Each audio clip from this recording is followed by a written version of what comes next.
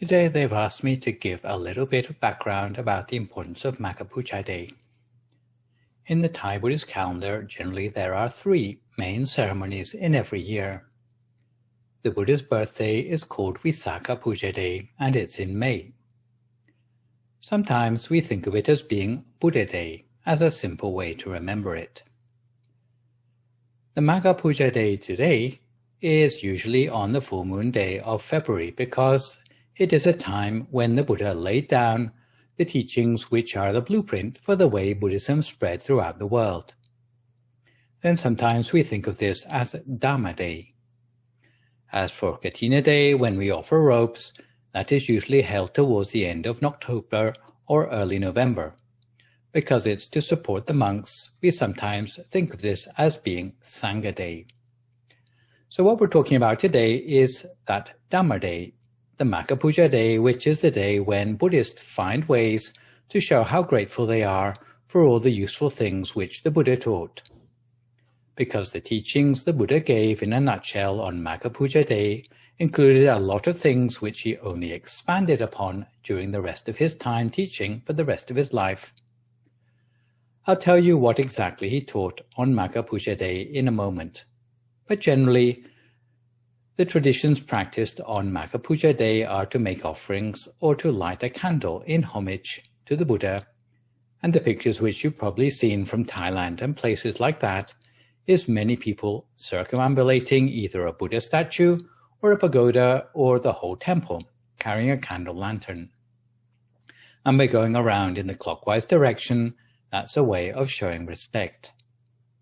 At our main temple in Thailand over the last 50 years, which has been organizing Magha Puja Day, the ceremony has been so beautiful because it has covered an area of land about 1 square kilometer in size, with a capacity of 1 million people.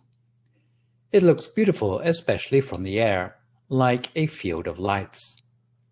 Many people who are not particularly interested in Buddhism, even those from other religions, are amazed to see so many people come together to light candles and then sit in silence and meditate peacefully. It's such an inspiring thing to watch that many people come just especially for the peaceful vibe which comes from the ceremony. Some people travel especially from all over the world just to be there to sit in silence. It's a very sacred sort of atmosphere there. So this Magha Puja Day, it's a very beautiful ceremony. It appeals not just to Buddhists, who are of course paying homage to the Buddha, but also to many people from different religions. This is one of the most open and ecumenical of ceremonies because everyone feels that they have a part in it, no matter what their belief is, because it's such a peaceful thing to watch, that it is like setting the scene for peace in the whole world. So every year around the full moon day of February, then they have this event. And of course, it is now almost exactly 1 year since we didn't get to go anywhere. I was asking my colleagues recently, didn't we organize this ceremony last year and people actually came? And they said yes, but it was the last ceremony we got to organize before everything went on lockdown. So this is almost like a celebration of 1 year in lockdown because it's like we're back to the beginning of the calendar again, when this time, instead of being able to attend any ceremonies in person, we have to do it online instead. But the nice thing about Magha Puja Day is how it is so visual. That means that it's something we can join in meaningfully, even if it's via Zoom or YouTube or on Facebook. And you may have a local temple near you where you can actually log in and join up with people who you are familiar with. So let's look a little bit about what's so special about the teachings which the Buddha gave on Magha Puja Day. So what the Buddha taught, which we give so much importance to on Magha Puja Day, is a teaching called the Ovata Patimokkha. In that we start out with something called the heart of Buddhism, which you might have heard of. The teachings do only good, avoid evil, and purify the mind. This gives us the basis of what we know to be the 3 main practices which Buddhists try to do in their lives, which is to be generous, which is one way of expanding on how to do only good things, avoiding bad things by keeping the 5 precepts, what is called sila, and purifying our mind by meditation. So these 3 teachings are like a blueprint of how to be a Buddhist, meaning don't just believe in Buddhism, but do something about it. And these are what you can do. 3 things which our teacher, Longpo Tachiwo, he encouraged us to try to do every day all 3 of these things. Every day when you get up in the morning, then be generous to monks. Don't go out of the house if you haven't decided to keep your precepts, and don't dare to go to bed if you haven't done your meditation first. So that is the heart of Buddhism. That's where the Ovada Patimokkha teaching starts. The other teaching it continues with is because at the time the Buddha had been teaching for 9 months and gathering together people who could meditate and become enlightened. He started to get the idea of delegating some of the work of going out and spreading the good word to other people. But he needed to just lay down the guidelines so that when they spread Buddhism in a country and in a world where people have got different beliefs, that people would welcome what was being taught and not create any enemies. So he gave these teachings. If you're going to do something, don't do anything which is going to be violent or say anything that's going to stir up violence. So you can say how great meditation is, but you can't say it's better than the other person's religion or trash talk that other person's religion, or prohibit them from practicing their old religion anymore. That's not the way to spread Buddhism in a peaceful way, because you can't spread peace in a way that's not peaceful. And not only that, as you may know, monks have got a lot of rules to follow. Even Buddhist lay people have got a lot of rules to follow.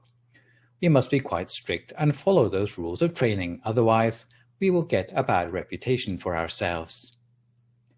The third thing, especially if you have a problem, is you need to have a place where you have the opportunity for downtime, where you can think and reflect on what is the best way forward. Not to be stressed out, because that's not the best way to overcome any problems in your life. And you must know moderation in what you consume or eat, which means not eating too much and not eating too little and not taking any alcohol or intoxicants. Last but not least, don't forget to meditate, especially if the going gets tough in your life. This, in a nutshell, is the main teachings which the Buddha gave in the Ovada Patimokkha. At the moment in Thailand, it's a major shock because even though in the States we have been on lockdown a long time already, and it's really taking a while to work through to the peak of the COVID and so on, in Thailand it's now hitting much harder. And all the temples that normally used to gather people together are no longer able to do that. They really have to think hard about how to gather people together to keep up everyone's spirits during the pandemic.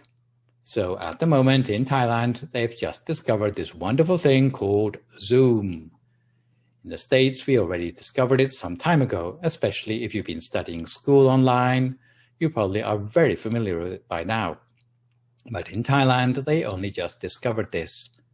What is amazing about Zoom is that just we've got several dozen of you online today, but you can actually go up to 1,000 people in a room like this. And then you can get many rooms and put rooms within rooms, and you all know what 1,000 times 1,000 is. Yeah, you look like you know the answer. So you can get up to 1 million people. And one thing which people used to do when they gathered together in large numbers at the Magha Puja, the ceremony in Thailand, was that they could join together and light up to 100,000 of those candle lanterns. But today people can't go and be with those candles. So the only way they can be there is via online. So what everyone is trying to do, one way or another, whether you're local or whether you're global, is to try to join up with the Magha Puja Day to get some of that sense of peace spread throughout the world. Because everyone believes that if people have peace in their hearts, like the candles which can be lit one from another, if you have only one candle, then it's not very bright. But if you light a second candle from it, then it can be twice the brightness. If you light 10 candles, then it's going to be 10 times the brightness. In the same way with peace in people's hearts, it's also contagious. So if you can spread peace from yourself to others around you, then the whole world becomes more peaceful. And at some point, there's this prediction that if it ever reaches like 1 million peaceful people in the world, then the world will change for the better. It will reach the tipping point to become a world which is somehow much more peaceful than before. And maybe this is the key to overcoming the pandemic and turning things around in a much better way so that we can get back to some semblance of normality. So for today, I really just wanted to tell you a little bit about some of the origins of Magha Puja Day and to explain how this has to do with the Dhamma, which means the teachings of wisdom and peace, which Buddhists certainly like to pay respect to, but which are relevant to everybody, no matter what your beliefs, and celebrating this in the world. So we do it by lighting candles of peace, covering large areas. So in your own temple, you may already have that. They may have the opportunity to join that online with the people who you know. If you don't, then there's other opportunities. For example, here at the IMC in Azusa, we are doing our ceremony on the evening of the 26th of February from 6 p.m. onwards. It's lucky for us that technology allows us to do this in spite of the pandemic. We're really lucky not to be living in the dark ages when we would only be able to write letters to one another or something like that. Otherwise, this pandemic would really be depressing. But what we can do, at the very least around the world, is to be able to join in with the Magha Puja Day without moving out of the safety of our own homes.